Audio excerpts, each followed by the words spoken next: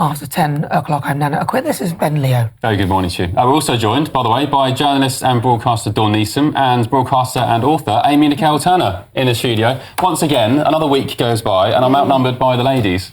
Oh, it's almost like we plan it on back. You're not going to fill me again about underpants, are you, this week? This is like you at your house, isn't it? Have you forgotten to put them on again? I should have kept that. He's wearing the same ones. Are you wearing the same ones for a week? From 3 weeks ago. I should have kept that going much longer. I watched it back and I thought, I should have kept it going for half an hour. It was brilliant. But there are men like that. There are men that actually do that 3 weeks without washing their underpants. Dirty. There's serious political discussion going on here. Let's start, though, with question time last night. Keir Starmer suggested that, yes, underpants, that Corbyn would make a better Prime Minister than Boris Johnson. No, why on earth would he say such a thing when he's so far ahead in the polls? It was just unnecessary. It really was shooting himself in the foot, wasn't it? I couldn't believe it. To be fair, I thought the audience last night were brilliant. I thought they were asking far better questions than any of us so-called journalists have ever done. And I think the politicians, when they're put on the spot on an audience like that, they tend to be more honest. I think they struggle to spin the sort of like, you know, the web of, what's the word? Obfuscation. Yeah, that's the word. Yeah, I was going to think of something slightly more rude. But all the waffle they normally give us, I feel like when they're talking to an audience of real people, they feel like they have to be more honest. And I think that's why he started digging this hole for himself. Yeah. Because we all know he was supporting Jeremy Corbyn last time round. He was backing him. He was backing him to be Prime Minister, even though he's then gone on to say, well, he wouldn't really have been a good Prime Minister, would he? Well, make up your mind with mates like that. Who needs enemies? So I think, yeah, Starmer, who really does need to do an awful lot wrong to lose this election.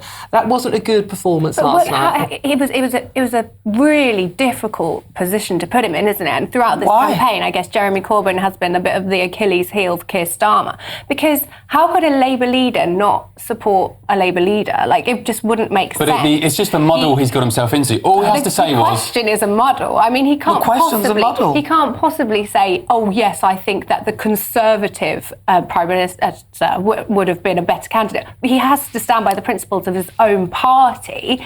Can you imagine if he'd said the Conservative Prime Minister would have been better? The headlines the headlines were going to be terrible He could have been more intelligent and just said, well, it's down to the British public to determine who would be a better Prime Minister. They voted for so-and-so. So therefore, you know, I worked in government to support Jeremy Corbyn because he's a Labour leader. He could have said that. He always would have preferred a Labour government to a Conservative government, whoever was at the helm. So he's being honest. Well, I don't necessarily think that would necessarily be true, because a lot of people who were Labour people, did not support or want Jeremy Corbyn to lead the party and deliberately voted for Boris Johnson. I mean, that wouldn't happen. That's Keir Starmer's big selling point now. He's saying, look, I've reformed the Labour Party, I've dragged them back to the centre ground, I expelled Jeremy Corbyn, Diane Abbott was expelled. That's his big selling stick for this election. And also, Boris Johnson was a terrible Prime Minister. I don't think he was that bad. He was dealt a pandemic and a Russia invasion of Ukraine. I mean, that's pretty unprecedented. And then what did he deal back? Hundreds of lies,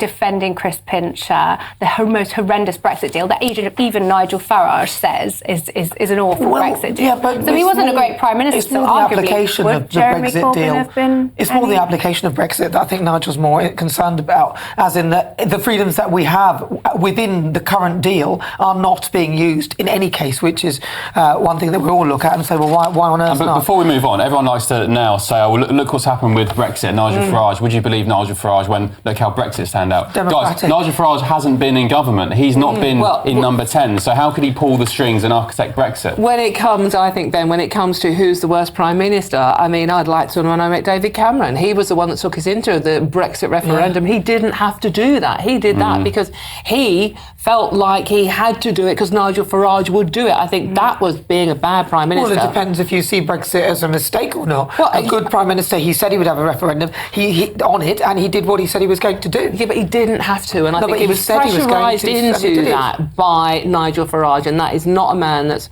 strong in his own convictions, and that's what worries me. Pressurised because he thought there was absolutely no chance Brexit would happen. He thought it would please the Eurosceptics. But I don't think that was the worst thing that happened last night. I think the worst thing that happened last night was Keir Starmer on the whole Rosie Duffield woman incident. What happened? Well, when he was again questioned by a brilliant member of the audience about what is a woman, do you know what it is yet? And he finally said, oh yeah, I agree with, Tony Blair.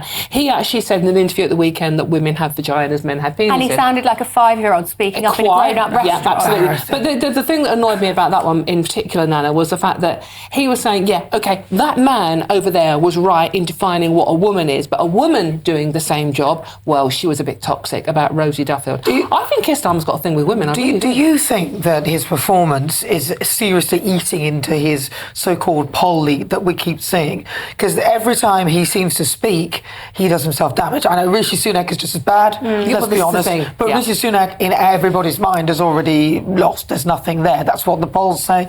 But with Keir Starmer, he's everything to lose now. No, I don't think anything is budging the polls for Keir Starmer. I actually think people had decided this election before their election was announced by Rishi Sunak. I don't think anything's going to push Keir Starmer's lead now.